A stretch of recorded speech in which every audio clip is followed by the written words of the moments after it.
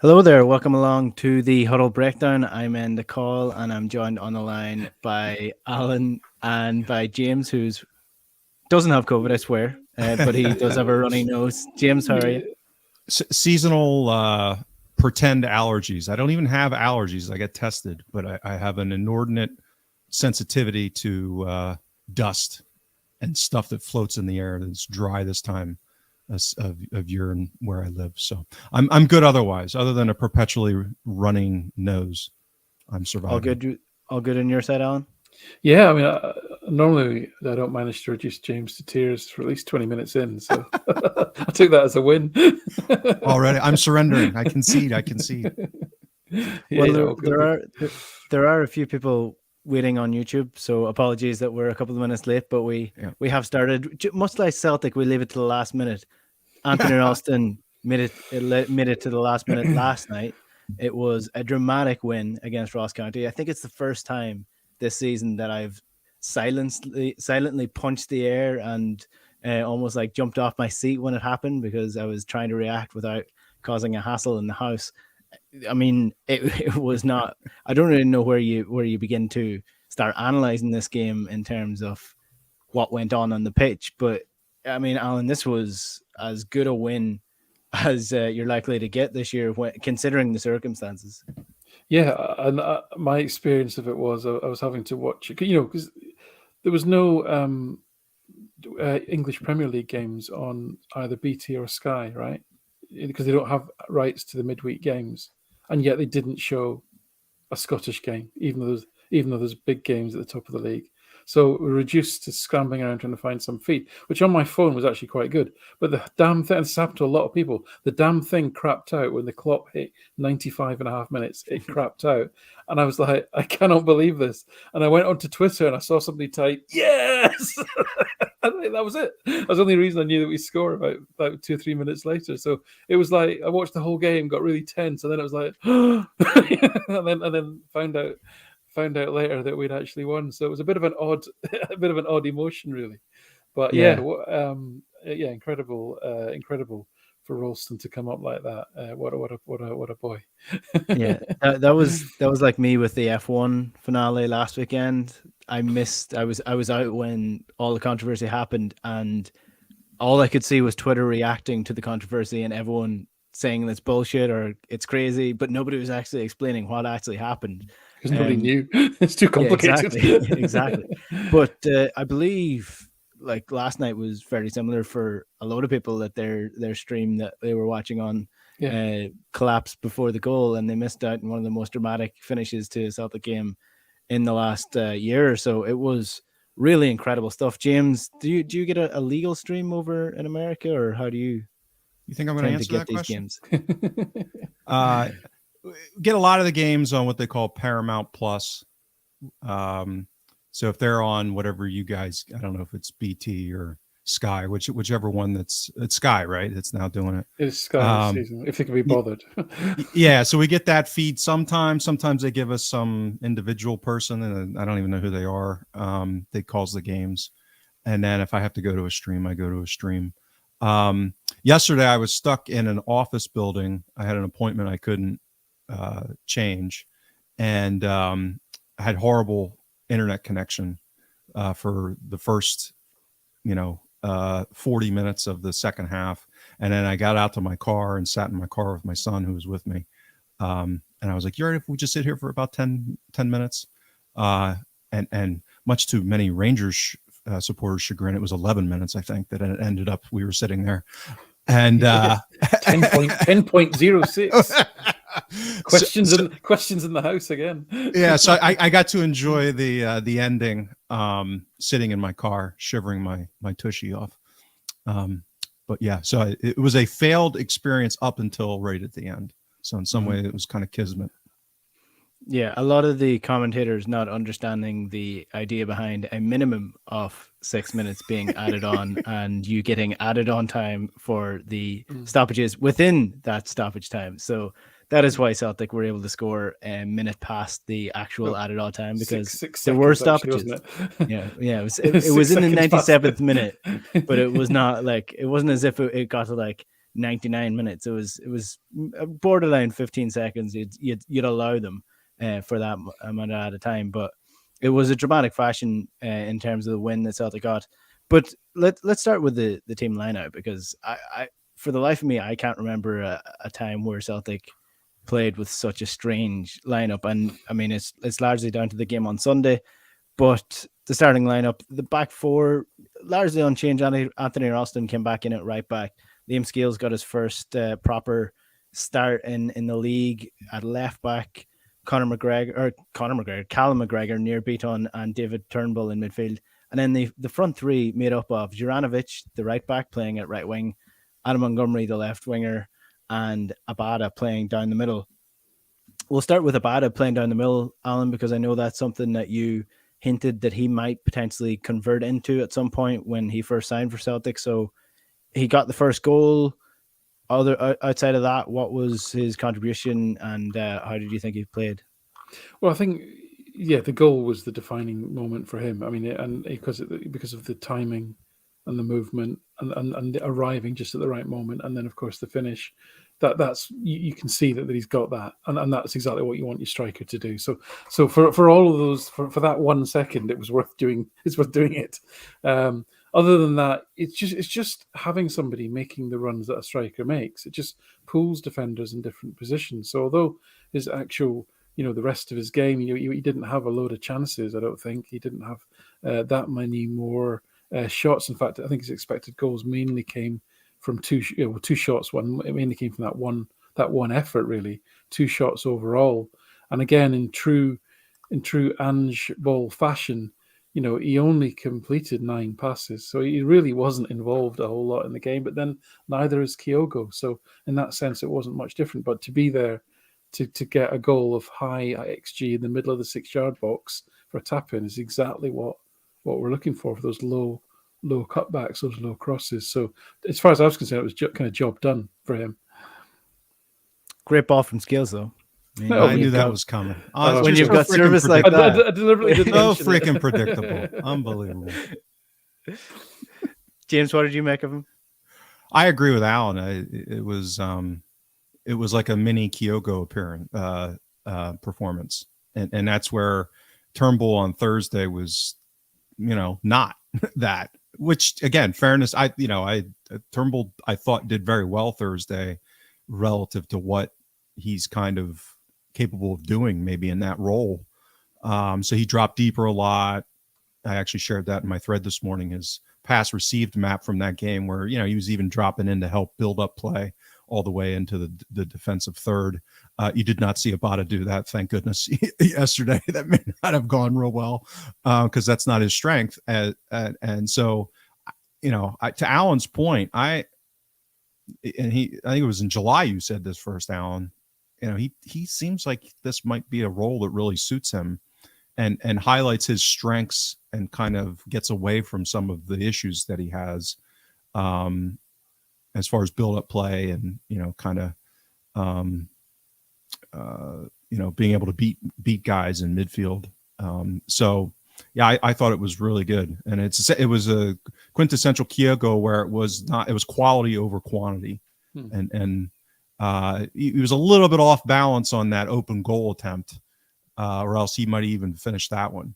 He kind of got a little stuck under his feet a little bit and couldn't quite get enough on the shot. But just the movement to get to that position again is he's probably not quite as impressive as Kyogo in that regard, but it was closer to that. I mean, I couldn't imagine Turnbull having, been in the spots and the places with the movement in those 2 instances. So yeah, I thought it was really encouraging again from a depth perspective, right? We talk about depth, maybe this Maeda guy's coming in to offer depth that's similar, comparable playing style. But what we've seen with the Jetty and Giakoumakis is they're not a similar style of play in that role. So that I think that could only be good news, is that maybe Abada can work into that kind of role with some depth, which we've been lacking.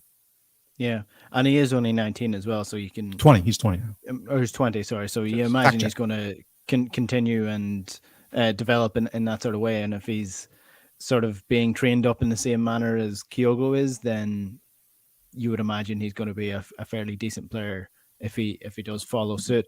That was a question I was actually going to follow up with. The Abada playing in the middle and sort of mirroring what Kyogo does, with Maeda coming in, should that transfer get over the line in January. Do you think this is something that Ange is going to look at, where all three front men are interchangeable in the position, and Kyogo couldn't play out wide with Abada down the middle, and likewise, and sort of change it mid-game as well? Yeah, it's an enticing thought. I don't know really. I think Maeda seems to be one who operates a lot from the left or centre predominantly. He looks like Kyogo on speed, to be honest, in terms of, is even more aggressive pressing. And there was some nice data shared on Twitter on my timeline about the number of sprints that he averages something like 38 sprints a game, which is like the highest in the English Premier League is 29.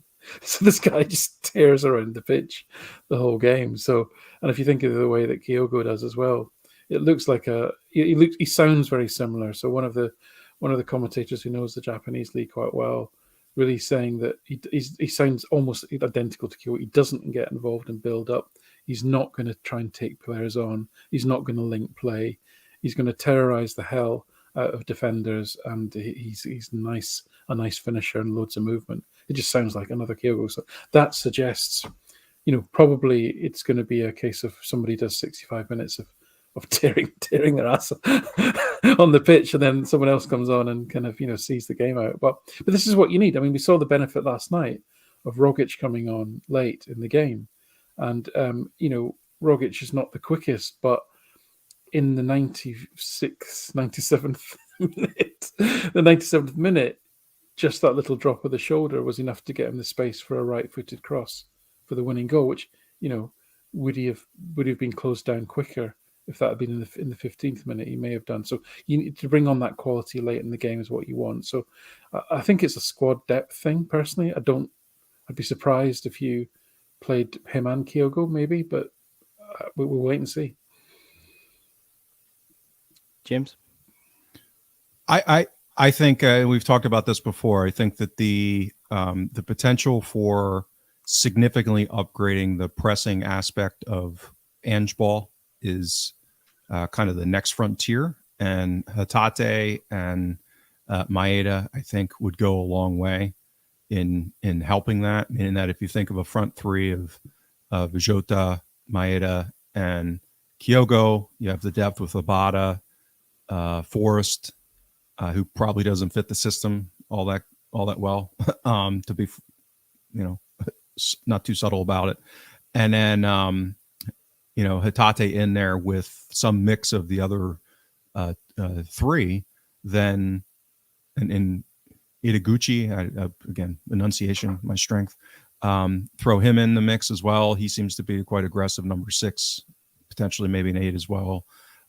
So yeah, I think that's really because if what I've seen of Ange's time in Japan was a lot of he's even rhetorically spoke about it, the concept of defending from the front and the pressing and counter pressing turning into high quality chances, and that's something that we haven't really gotten a lot of, particularly kind of post transfer window closing in September.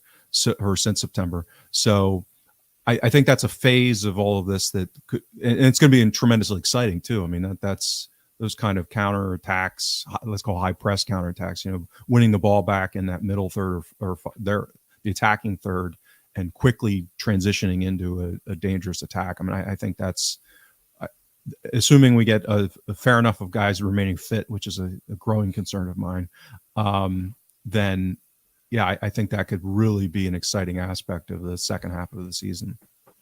Yeah, at one point, Starfelt went down injured, and I thought, oh no, here we go again.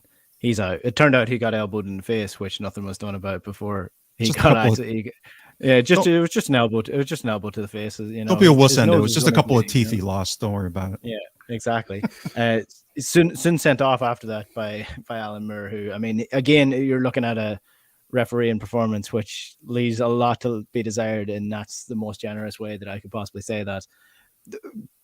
the other two in the front three were actually fullbacks. So it was Juranovic playing on the right and Montgomery playing on the left. Juranovic, I think, struggled in the first half, particularly in terms of his delivery. He wasn't putting in the low crosses. He seemed to be putting in a lot of high crosses to no real man in the box. In terms of Montgomery, though, Alan, I know, look, he's a young lad. I don't want to be too harsh on him, considering if you take, for example, Anthony Ralston, where he came from and where he is now, it's no surprise that Montgomery is struggling, because usually young players do go through a stage where they, burst onto the scene, they do quite well, and then slightly regress a little bit. They're just inconsistent. Is that what we're seeing with Montgomery, or is what he's showing on the pitch worrying for you in terms of where he might potentially get to? Yeah, I've been worried about him for a couple of games, and again, I think you don't want to go down hard on young lads, and he's been having to fill in, doing different jobs as well, and probably outside of his comfort zone. I'm not sure what his best position is actually, but the last two games, he's better at left back than left wing, if I'm being honest. Possibly, but the last two games, if I say he looked frightened, I'm not exaggerating. He's looked tentative, timid. Just mentally not strong enough to be on the pitch playing professional football.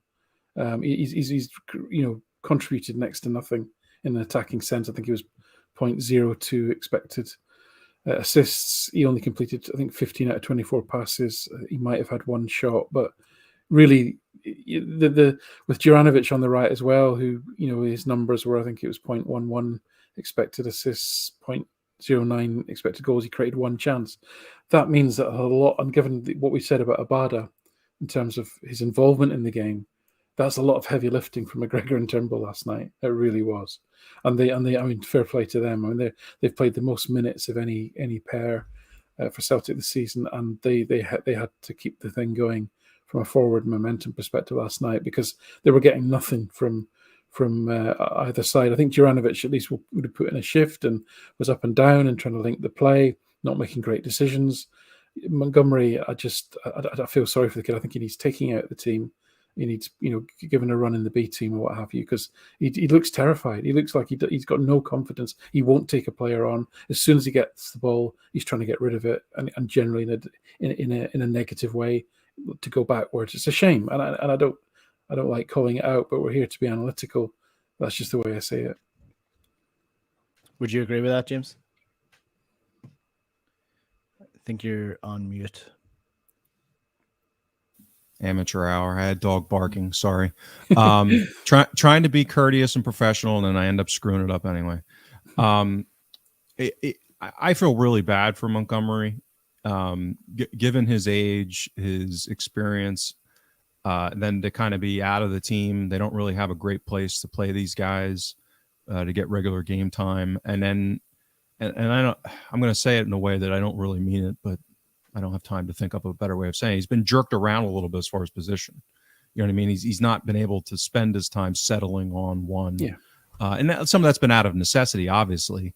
But again, is it ideal for him from a developmental perspective? Who knows? I'm not a development person, but I can imagine that being challenging, particularly being in a new system, very demanding system.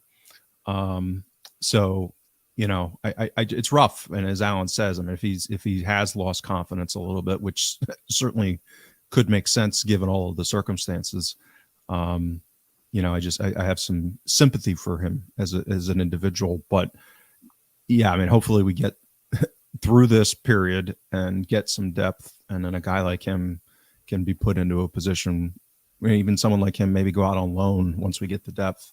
I mean, there's a lot of guys like that, hopefully get more playing time somehow as we come out of January, because they're just not getting real game time. Yeah, a good few people on YouTube in the comments are saying that he should go on loan, but Fodroster makes a point as well that we might be just a little bit too light on players to actually send him out on loan, which is a pretty damning thing to say when you're talking about a club like Celtic, who have been known for developing players at a decent level, that they can't afford to send their younger players out to develop them because they don't have enough players to fill their senior team. Like it's a pretty embarrassing thing for a club the size of Celtic to have to do, really. Well, it is, but I mean, at least when Moffat came on, and I don't know if Moffat's going to be good enough. I mean, he's come from B team part-time football in the Lowland League, right? Chucked in to try and create a winning goal in an absolutely tough tie. But the kid at least had a go, and that's the thing. That's the thing with confidence. He at least had a go. He at least, when he got the ball, he looked forward and he wanted to go forward, and he had belief in himself to try something. Now, he may not turn out to be good enough or not. I don't know. I hope he does. But even that we weren't getting that from Montgomery, unfortunately, and that in itself was adding something. And as I say, the burden really fell to Turnbull and McGregor once again to haul Celtic forward. And this is something we've talked about before that's become more and more of a thing in other analytically driven sports, is the like basketball and baseball, is the value of positional flexibility as far as constructing a robust team. So there's a lot of talk about Hatate, what's his best position, where does he play? And I've heard answers from left back, midfield to forward. So the value of that, and we've seen that with Baton, with a good manager, is that, maybe he's not the best at center back, maybe he's not the best at a 6, or even, in an emergency, he could play an 8, but the value of him at least coming in and doing a serviceable job at those positions is significant. I mean, he's been a big plug this season. So you have guys that can move around like that. So why I'm saying this is that we bring in a couple of guys who have that flexibility, it looks like, with 2 of the 3 at least, that could create some real depth relative to then having Taylor. You've got Juranovic that can go over there. You got Hatate that can fill in there maybe. And then you got Ralston and Juranovic over on the right.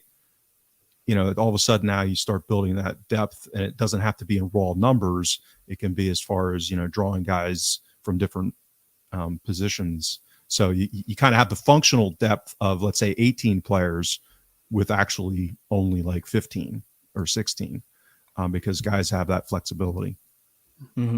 Yeah, well, I mean, the players like, John O'Shea did it for years in Man United, where he was never a star player. He was never what you would consider a superstar, but Alex Ferguson trusted him in pretty much every position. At one point in time, he played midfield, he played up front, he played centre mid, he played right back, left back, centre back, and he did a job where United needed it on that occasion. And he made a pretty good career out of it. So those flexible players are pretty much invaluable to a good football club that are going to be successful. So, I mean, Montgomery might specialize and be a left winger or be a left back, but I guess it's a bit young in his or a bit early in his development to see where that best position might be if he does settle down for that. In terms of Liam Scales, we're getting closer to that magic number mark where he might actually be able to make a decision, because he's getting enough game time these days. He started the game, set up the first goal. Might have been at fault for the Ross County goal if you look at who's supposed to be tracking his runner. So it was an up and down night for Liam Scales. I think we may as well build a section into this just called the Scales section, where we discuss how he got on today. But how do you feel he played in the game against Ross County? Because that was a big step for him, I guess, being trusted in the league, where the game actually mattered, where Celtic needed to get a result. So first half, second half comparison. Yeah, I was surprised he started, I'll be honest, especially with Taylor needing game time. So that was great confidence he was given by the manager there. I'll be honest, I haven't watched the game back since last night, so and I missed some of it anyway. So, but looking at it, what I like about him was, in terms of improvement, was as opposed to his previous appearance, he won like 8 out of 12 duels, which is good. Which is a good start, because he's up against Hungbo, I think. So he's up against a very speedy player, and he did get done once or twice, but he stuck at it in general. Again, half his passes were in the opposition half, which is not surprising maybe, but I think that's a good sign that he's getting into good positions, progressive passing, and obviously his assist was the main memorable moment, really, because it was a very measured and controlled and perfect, really. Ball across the 6-yard box. So yeah, I think there's going to be 900 minutes is the benchmark for me. I'm not going to sort of come to any firm conclusions until I've seen 900 minutes worth of data, especially on the defensive side of his game, which again I'm not really in a position to give much insight on. But I still like the look of him. I think possibly his passing at the top level might be just a little bit below what's needed, and he's just got that little bit lack of pace. Maybe that would be my concerns, flags for me at the moment.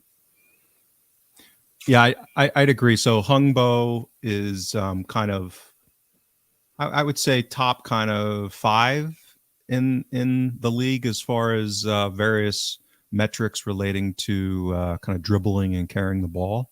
So if you think about it as that kind of a proxy as beating a man one-on-one, and we could clearly see that last night. I mean, he's got some pace and some quickness to him.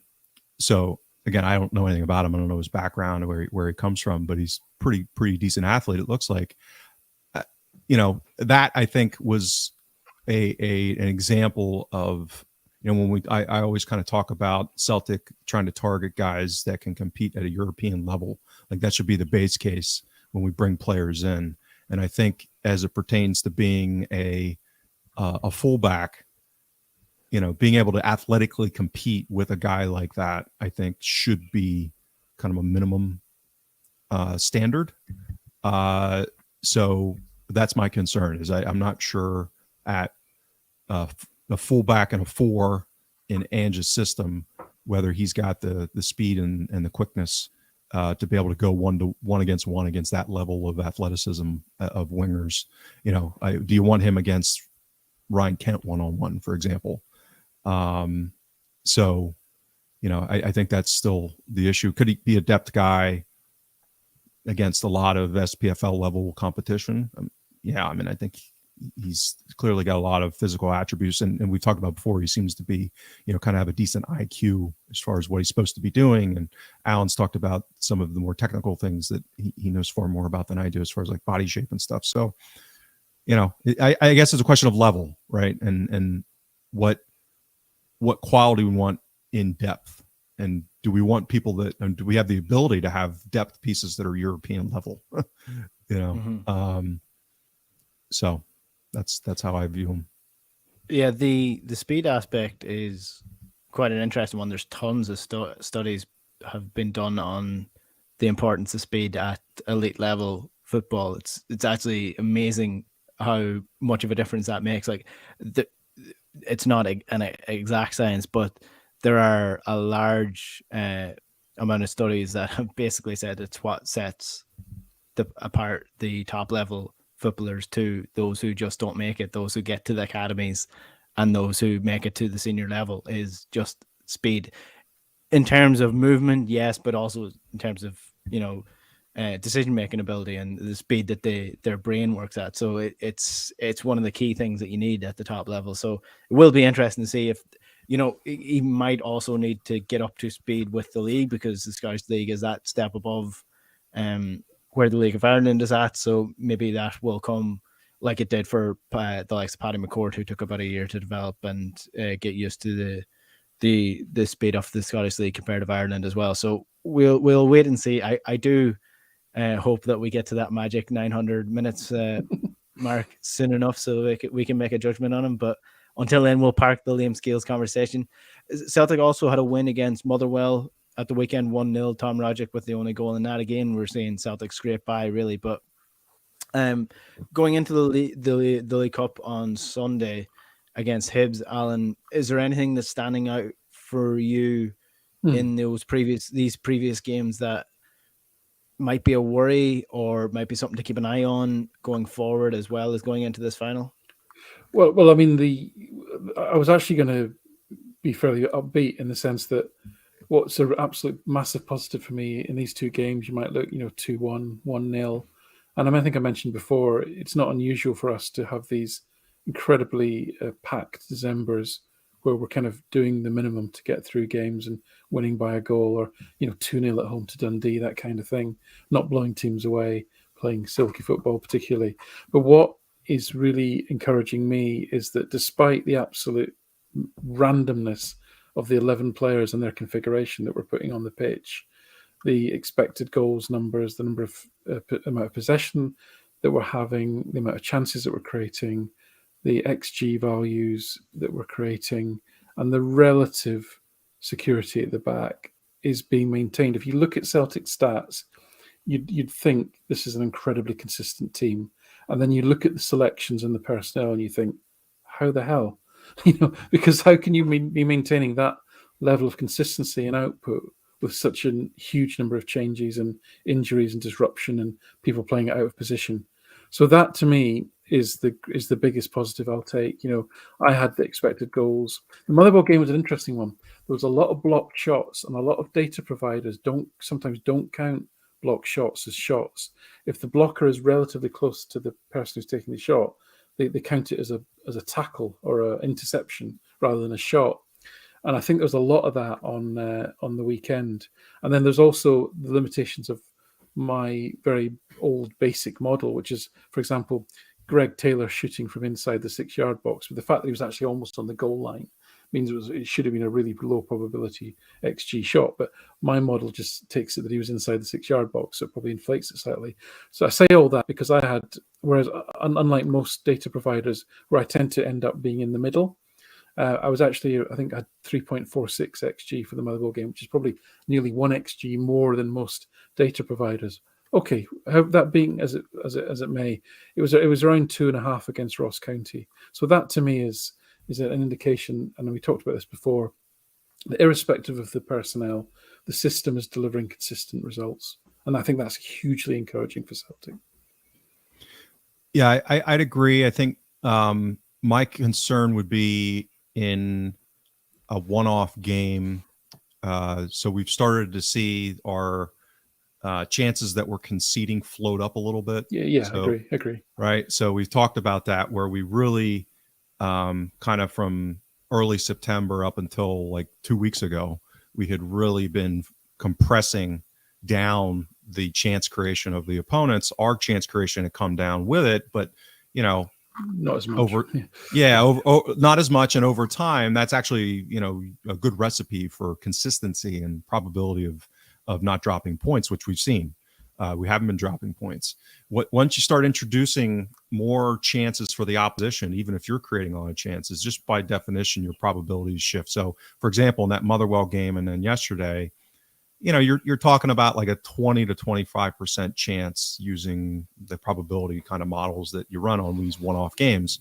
And that's a 1 in 5, let's say, which in a one-off game like a cup final, Hibs might only get 2 or 3 decent chances. And if they score on 1 or 2 of them, then all of a sudden the game's, a lot potentially different. Like yesterday's was. I mean, they happened to score on first shot, second shot. Yeah, well, and the one right before that, they had a good chance. We had a lunging defender block it. Otherwise, I mean, the guy was central 6 yards out, kind of twirling around. But that's a kind of situation where if our player was a foot off to the side, it could have been 2 chances, 2 goals, right? So my concern with Hibs is they get more counterattacking shots than any team in the league. That's basically their bread and butter. Now, again, I don't know how much of that's shifted with change in management. I don't know. Is the Maloney announcement? Has that been? I don't know if that's been finalized. That Sean Maloney's coming in, or if I'm assuming he won't be managing for the weekend. I don't know. I'd seen that on Twitter the last 2 days, but assuming that they kind of play the similar style, even though Ross left. Boyle is a handful in counterattacks. And that's really, they're a more proficient counterattacking team than, let's say, a Motherwell or a Ross County. They stink at set pieces. That's the good side. The good part is that they've been second worst in the league as far as creating chances from set pieces. So that certainly helps us given, our size issues and that kind of thing. And maybe we can, pick up some good chances in attack in that way. So I think it really comes down to, we're going to dominate possession most likely. How much can we create chances if we're limiting, because their talent level is higher, regardless of what you think of Porteous, he's in, and the guys they have in their back four, they are a higher standard than what we had with Motherwell and Ross County. So, can we create chances against a better quality opponent with the risk now that their counterattacking could give us a little bit of a problem potentially? And that's all I'll be curious on a tactics basis, because we didn't really invert too much last night. I don't think, Alan. I don't know if you noticed that. It looked like the fullbacks weren't really inverting that much. Which fullbacks? The ones that were playing up front, or the ones that were playing in defense? Fair enough. Of the four that we had that we were playing, yeah. So with something like Boyle and the fact that teams have been targeting us that space down the half space on the wings, so there's some tactical things that we could do. I'll be curious to see, where we decide to choose or pick our battles, how much of a high line we play, given the risks of the counterattack with presumably Starfelt and Carter Vickers. So there's some interesting tactical questions, I think, going in. But I think if we're going to be conceding the level of chances like we did in the last two games, I think that introduces some risk, and it could go up from like a 1-5 to 1-3, let's say, which is, I always joke, that's the odds of Donald Trump's winning the election on the day of the 2016 election, to put that kind of probability in perspective. Okay. This is the Huddle Breakdown. If you're watching on YouTube, do hit the subscribe button below. Give the video a like as well, and do leave a comment. There's a comment in here from Sean F. that I just want to get to before we talk about the final this weekend. He's asking about the young Irish striker Johnny Kenny being linked with Celtic and being linked with Hibs as well. It looks like he's going to Hibs from what is being reported in Ireland. He's got about I think it's 120 grand his release clause is from Sligo Rovers. Really good player, scored loads of great goals this year in the League of Ireland. A real leader in the side for such a young player, leading like from the front, scoring loads of goals. Very raw still, I would say. He has a good bit of development to go. Now, I think he is going to Hibs. I think it's pretty much done. But the question I would ask is, could Celtic potentially pay that release clause? It's 120 grand, it's pennies worth, and then loan him out to Hibs and let them develop him for a couple of years. And if he's good enough, and bring him back. I don't know, maybe that's a better move. But at the minute, I wouldn't say he's Celtic standard, far from it at this point in time.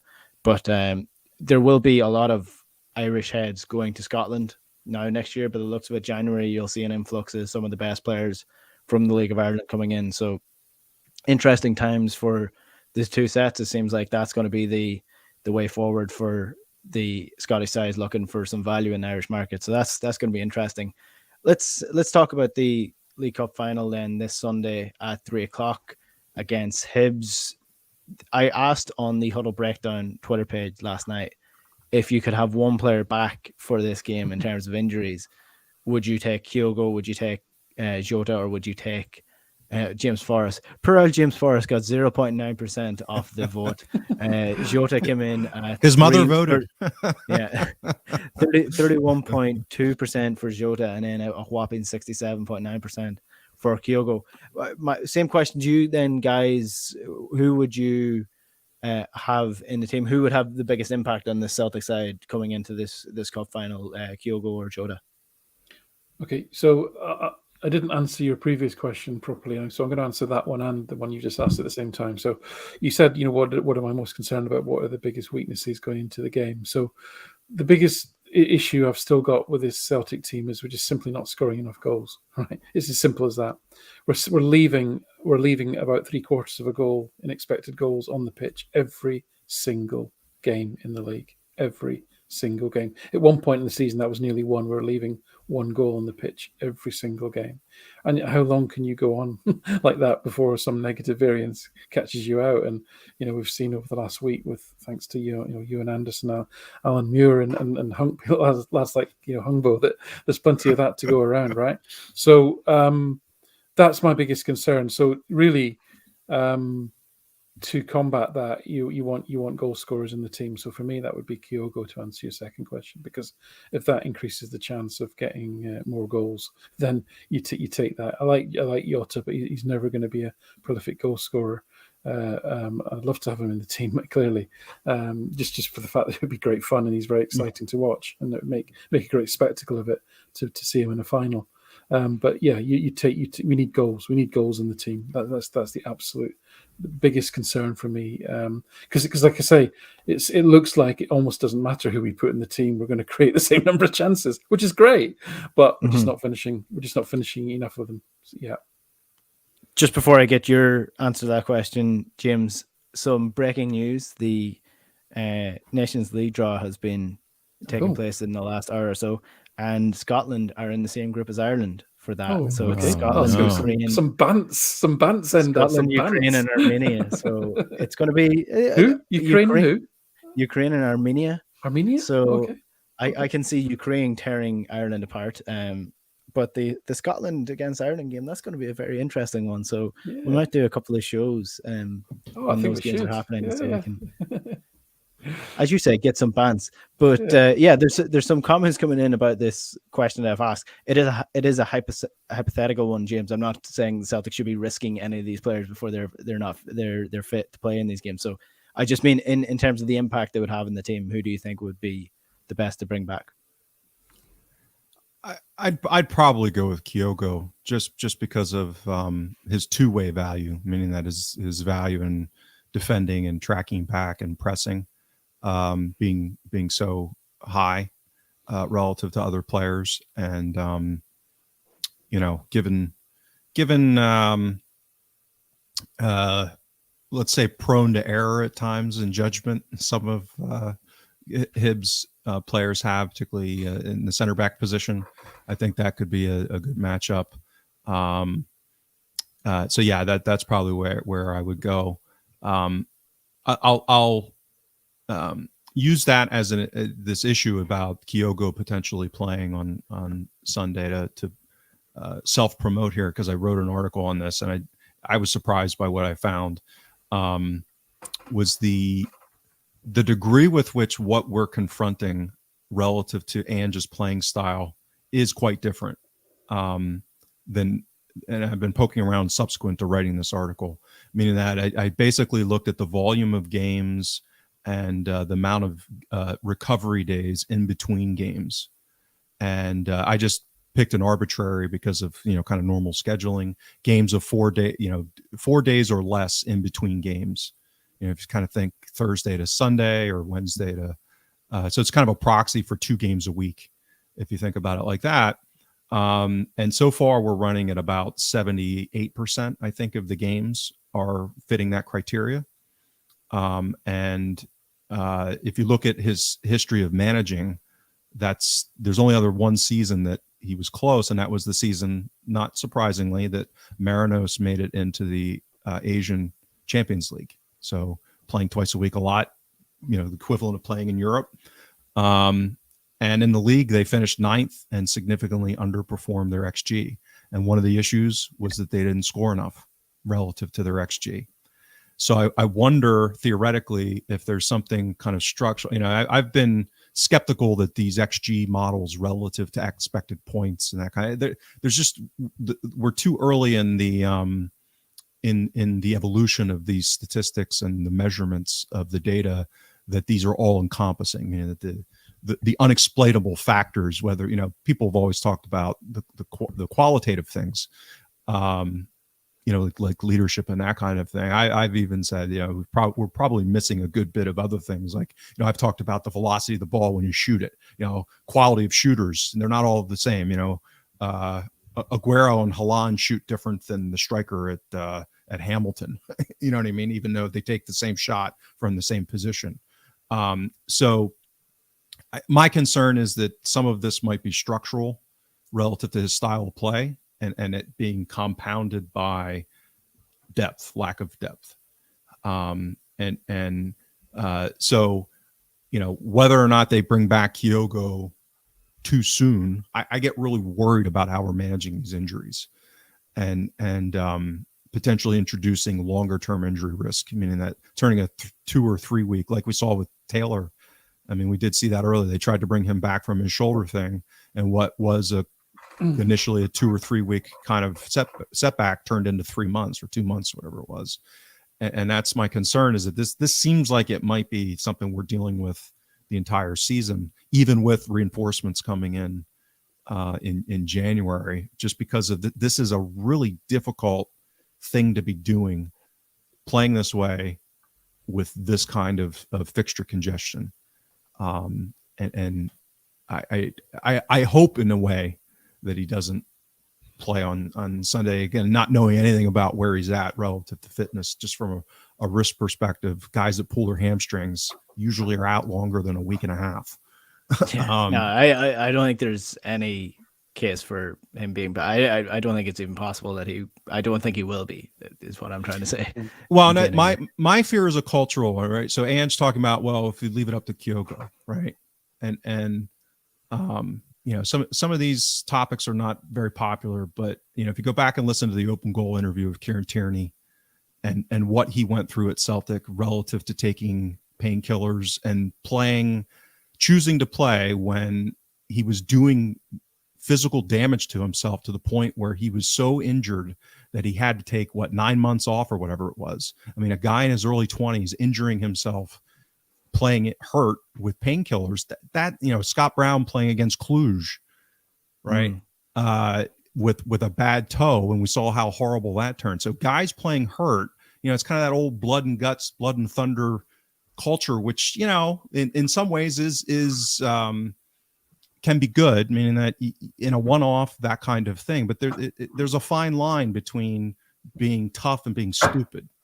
Yeah, right. I know technically they shouldn't be allowed to do it, but you're not going to find many Premier League or many like high-level elite footballers that will sit out if they're given the chance. Well, that's right. So that's what I'm saying is if most of these people, they're hyper competitive, that's how they're built, they're not going to keep themselves out. They're not going to hold themselves out. So there has to be an adult in the room or adults in the room that are making informed risk reward calculations, not only from a player perspective, I mean, the interest of their career and, you know, that kind of thing, but also what happened with Tierney was just moronic. I mean, this huge asset that we were allowing to have, you know, this really terrible injury risk enter the picture and jeopardize potentially a massive amounts of money.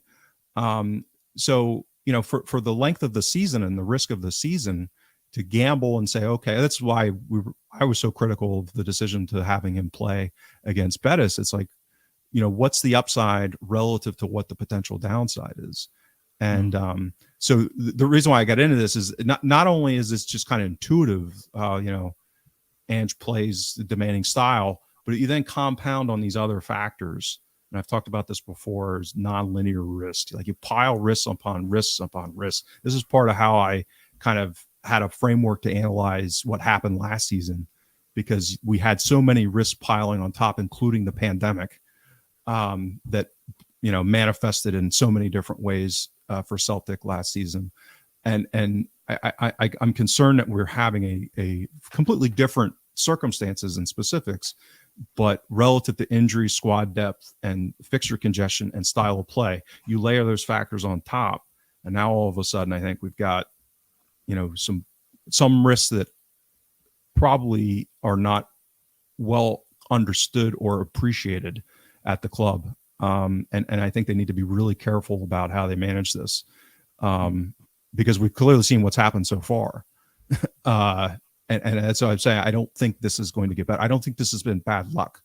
I don't think that this is, oh boy, we just happen to have a bunch of guys pulling muscles. I think that the workload and the frequency of games and the depth in squad it's not changing to a big degree. So hopefully they're careful. That's my point, is I want them to be careful and not jeopardize long-term problems like Kyogo being out for 3 months with a torn hamstring, because, you know, he wants to play in a final, that kind of thing. Of course he wants to play in the final. So somebody's got to make a better decision. Mm-hmm. So just as we round this up and get into the specifics of this game, do you want to explain, Alan, the difference between a final and league games when it comes to analytics? Because I guess part of what we do on this show is, you know, judged on a long-term basis, where you can make judgment calls on trends and things that are continuously happening. But in finals, that sort of all goes out the window. Yeah, I mean, and I think it highlights, as I keep trying to emphasize in a lot of these episodes, is the fine margins between what you might classify as a good player and a very good player, or an average player and a good player. They're not these gaps. I mean, clearly there's outliers. So something like a Messi is just almost ridiculous in terms of the level by which he's an outlier on so many performance metrics. But in the main, normal footballers, there's not a huge gap. And the reason I say that is, you saw last night, right? You saw last night the quality and the intensity of Ross County's pressing, neutered Celtic for large parts of that game. This is the team that's been bottom of the league all season, but are now on a very good run. They're confident and they're organised. And you add confidence and organisation to a high level, and you can get players that you might think, based on the amount they're paid or the amount of transfer fees that were paid for them, are matching players who are much further up the scale in both those regards. And if you take a cup final, then for Hibs, this is their season, right? They're already they're going to do well to finish in the top 5, even though by most metrics they should be in the top 5. If they win a cup this year, that's a tremendous season for Hibs. So they've got a chance to actually have a great season. If Celtic win the cup, it is but base camp on the climb to Everest for Celtic season, right? I mean, it's a great achievement and we'd all celebrate it. But if we win the cup and that's all that happens, and we lose Kyogo for 3 months because he shouldn't have played, it'll be a freaking disaster in the larger scheme of things. So we're going to be up against an opponent whose players, like St Johnstone did in that semi-final, St Johnstone are in rotten form. They're caught in a horrible trap of feeling like they have to play this really dour defensive game because that's what got them success last year, without any of the upsides of some of the creativity that they lost. And they still ran Celtic. I mean, it wasn't a close game, but it was a 1-0 game. And an Alan Muir or whatever, Ewan Anderson, influences it, and suddenly, you're down to 10 men. A penalty is magicked out of nowhere, and you lose the final, right? That's what can easily happen, as we keep saying. So we're going to be up against a super motivated opponent whose season could completely turn around, even if they only won that one game and still finish mid-table. They'd call that success. Looking to impress a new manager. So danger everywhere, really. They're the only team domestically to get 10 shots off against Celtic since you'd have to go back to the Aberdeen away game in that high wind to find one before that. But on the other hand, they lost 2 players the other night. Nisbet and Cadden both went off injured. Now Nisbet, they'll both be big blows for them because Cadden's their right wing back, and they went back to a back 3 against Dundee at home. Nisbet's obviously his form starting to improve now. It was really poor at the beginning of the season. He was very unproductive. He was getting better. I don't know if they're going to play, but they certainly got taken off in that game. So there's a little bit of a ray of light in that regard. But and then actually they're more defensively solid than their league position would suggest. And they're not great at set pieces, but they should be top 5. They should easily be top 5 and battling it out with Aberdeen and Hearts for that third position. That's where their underlying metrics suggest. So they are a better team than they seem. And we just need to not. But for me, I think it'll take care of itself for Celtic. I mean, you saw last night there was no. For as much as we struggled to score that second goal that would have killed the game, because of the weaknesses that we saw, there was no lack of trying to create. There was no lack of actually creating chances. We just can't finish them off. So structurally, for Celtic, I think we're in a good place. I think the game will take care of itself for Celtic in the sense of, obviously one of Postecoglou's strengths is he can get a team motivated and on the park to play. We saw that against Betis for players that were matching opponents way above their pay grade, all over the park. And that's what Hibs will try and do on Sunday. My big fear is the residual from this game. 2 things. One, if we try and play players that shouldn't be playing, and I'll make reference to the fact that who decided that Forrest was fit to play against Motherwell? Because you looked at him after 2 minutes, you could see he wasn't fit to play the game. And the other thing that concerned me when the Betis game was that, Bitton missed a game because of concussion, and he got wiped out, and he was on the deck, right? And they were testing him for about 4 minutes with a head injury, and he stayed on the pitch. And to James's point, they're not looking after these players well enough, in my opinion. And I'm going to say that because this has been going on for years. I can go back on Tierney, on Lustig, the way that he was treated on occasion. So my big fears are that we try and patch people up and put them on the pitch, and then we lose players for games coming up. And the second fear is actually I'm more concerned about St Mirren away and St Johnstone away than I am about Sunday's game, because I think it'll take care of itself, having said all that, if that makes sense. I think the come down, if we do win the cup, the come down and then going out and going again against St Mirren 3 days later, that would be a real concern for me with the current patched up state of the squad. Yeah, to put this in a little bit of perspective, if you look at the expected points table, Hibs is, depending on the model, right around third or fourth. So they've actually come in a little bit better than Hearts, depending on the model. And Hearts has not been an easy game this season, and they can put up a pretty decent challenge. And the thing is that, as Alan said, that Hibs' defending is better, and their ability to stymie opponents' chance creation has been better than Hearts. So they've underperformed a little bit in that regard, and I haven't looked at them that close. I don't think they have a new keeper this season, so I don't know how he's been shaping up relative to Marciano, who was pretty decent. So maybe there's an issue there. I don't know. I'll probably take a closer look as we get closer. But so yeah, I think they're dangerous enough, and given our issues, shall we say, with selection availability, like I said, I'm kind of in right around a 1-3 probability mindset, which is uncomfortable in a one-off game. You just need a couple of bad breaks, and I looked, I didn't see anything quick. Do we know who's reffing the game? Does it matter? They're giving it to it is. Astonishing. Well, then it's obviously a reward for a long stream of consistently good performances. It must be. Yeah, maybe take that up to a final. I'm going to go up to 50-50 then, maybe from 1-3 to 1-2. So yeah, that's. That doesn't sound very confident. Do you think we're going to win in short? I don't know. I am uncomfortable about the game. Let's put it that way.